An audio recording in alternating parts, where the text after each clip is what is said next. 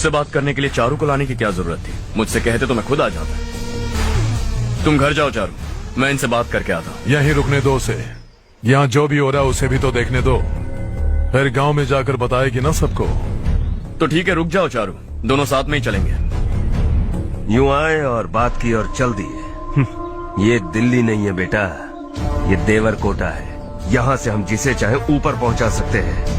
यहाँ सिर्फ आने का रास्ता है, जाने का नहीं है। हाँ तो सुना है तुमने इस गांव को अपना कर अपना काफी पैसा बर्बाद किया है। तुम्हें जो करना है करो, लेकिन हमसे पंगा क्यों ले रहे हो? गांव को अडॉप्ट करना मतलब 4 पैसों से सड़क ठीक करके यहाँ से निकलना नहीं होता। यहाँ होने वाली अच्छाई के साथ यहाँ की बुराई को भी अडॉप्ट कर लिया मैंने। इसे, उसे, उसे और इससे, इन सब को, तुझे भी और तेरे इस भाई को भी, सबको अडॉप्ट कर लिया मैंने। तो जमीन हड़पने नहीं देगा तू हमें?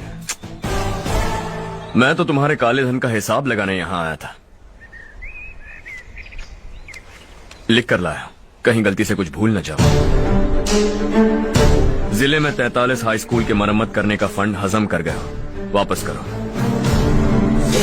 72 सड़कें सैंक्शन हुई हैं, उन सब के पैसे तुम खा चुके हो। रिलीफ फंड में मिला 350 करोड़ रुपया, वापस करो। कुछ साल पहले डेयरी स्कैम में तुमने 20 लोगों को जलाया और इसके अलावा 23 लोगों की जान ली, चाहे इंसान हो या जानवर। उन सब के परिवारों को पैसे देने होंगे। 11 गांव की खेती के लिए बनाया गया तालाब भी तुमने हड़प लिया है। शर्म नहीं आती तुम्हें? सबको एक एक पाई लौटानी होगी। नहीं लौटाया तो जिंदा गाड़ दूंगा सबको।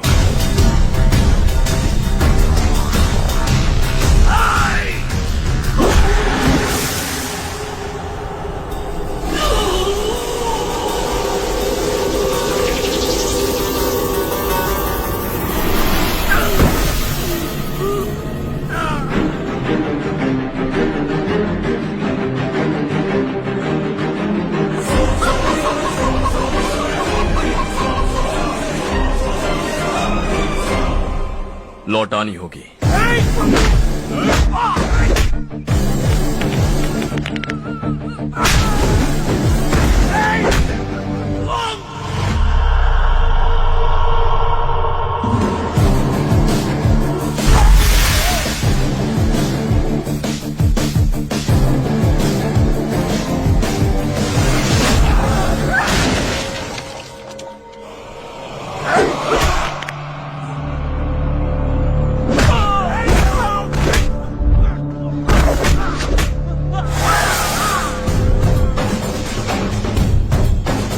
तुम लौटाओगे।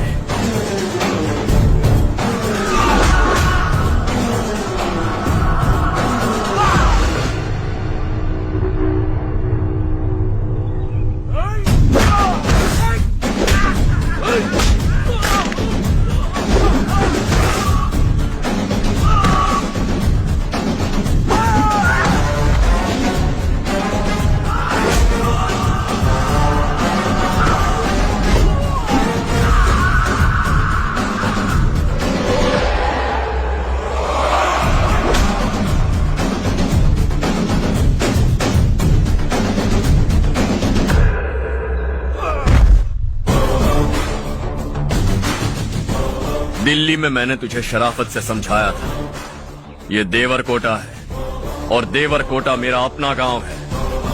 यहां मार दूंगा तो कोई पूछने भी नहीं आएगा। चलो चारू।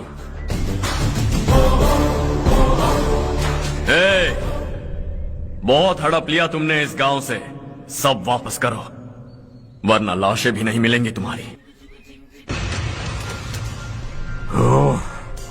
अगर उसे पहले ही मार देते तो आज ये दिन नहीं देखना पड़ता। दिल्ली में मेरे ही घर आकर मुझे ही धमकी दे गया वो। अगर ये बात तुझे पहले ही बता देता तो ये सब न होता। अब वो यहीं पर है, फिर भी हम कुछ नहीं कर पा रहे, हाथ पे हाथ धरे बैठे हैं। थोड़ा दिमाग लगाओ, किसी भी तरह ढूंढो उसे और जाकर उसके टुकड़े कर दो। वो मुझे पहले भी मिला था पापा, चाचा ने मुझे 2 रिपोर्टर्स को मारने के लिए भेजा था, वो भी था वहां पर। मुझे पीट कर वो उन दोनों को बचा कर ले गया। और सच कहूं तो आपके मिनिस्टर की पोस्ट जाने की वजह भी वही है। हजारों करोड़ों का मालिक रविकांत का बेटा है वो। रविकांत का बेटा? भाई मेरे को तो अभी उससे बहुत डर लगने लगा है। आज शाम को वो तालाब के पास जाने वाला है ताकि तालाब का पानी गांव वालों के खेतों तक पहुंचा सके। हेलो, क्या हाल है रवि? कौन बोल रहा है? विश्वनाथ राव। इस गांव को छोड़ कर क्या गए? तुम तो बहुत बड़े आदमी बन गए, पर ये मत भूलना गांव छोड़ने की वजह हम ही तो थे। तुमने बेहिसाब दौलत कमाई और उसी दौलत को लुटाने के लिए अपने बेटे को यहाँ भेज दिया। हम तो तुम्हें खतरा समझते थे, लेकिन तुम्हारा बेटा तो तुमसे भी बड़ा खतरा बन गया। तुझे इस गांव से भगा दिया वो तो ठीक था, लेकिन तुम्हारे बेटे को इस दुनिया से भगाना होगा। उसकी लाश लेने के लिए आ जाना। विश्वनाथ राव, विश्वनाथ राव।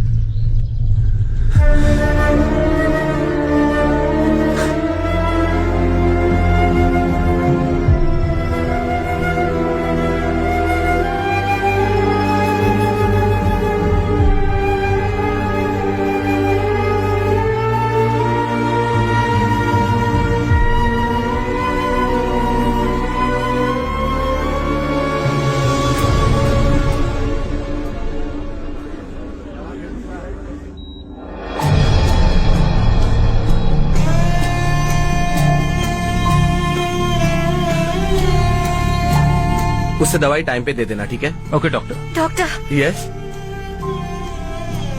हर्ष को कुछ भी करके बचा लीजिए। He is my life, please doctor. We are doing our best, don't worry.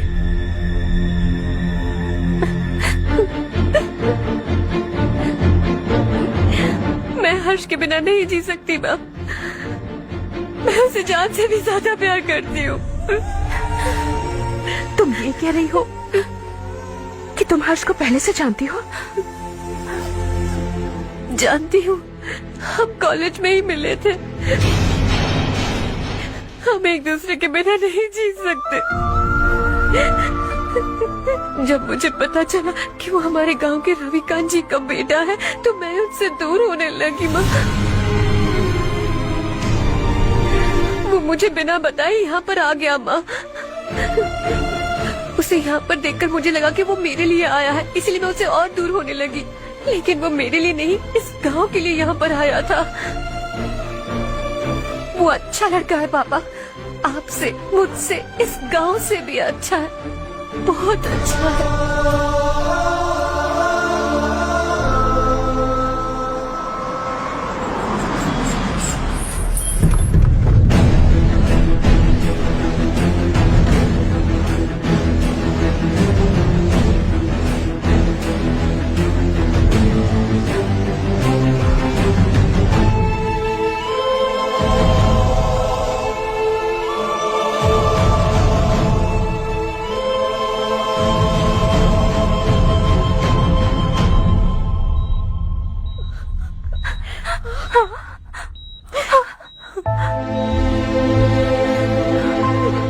Excuse me,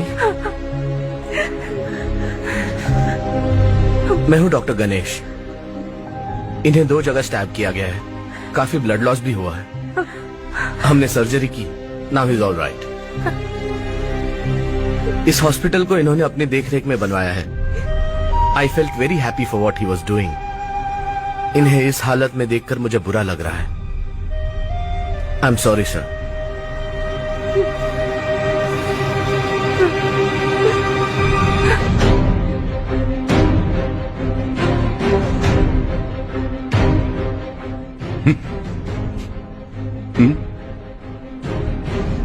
गांव नहीं बदला, तुम लोग नहीं बदले, बस सब के सब जिंदा हो, ऐसे ही जियो सब।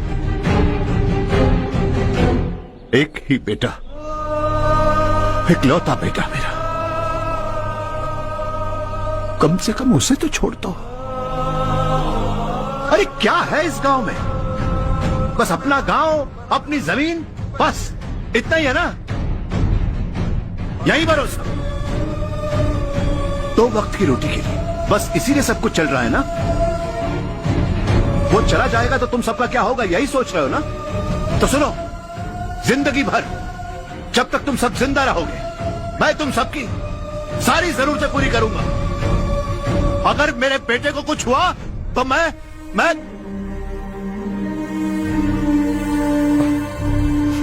देखो,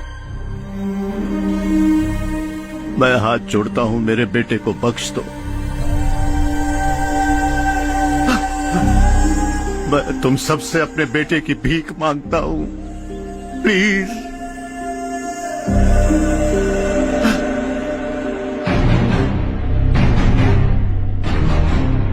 सुना है वो तुम्हारी वजह से इस गांव में आया है और तुम एक दूसरे से बहुत प्यार करते हो सके तो इस गांव को छोड़कर हमारे साथ आ जाओ बेटा, क्योंकि आइंदा वो इस गांव में कभी वापस नहीं आएगा।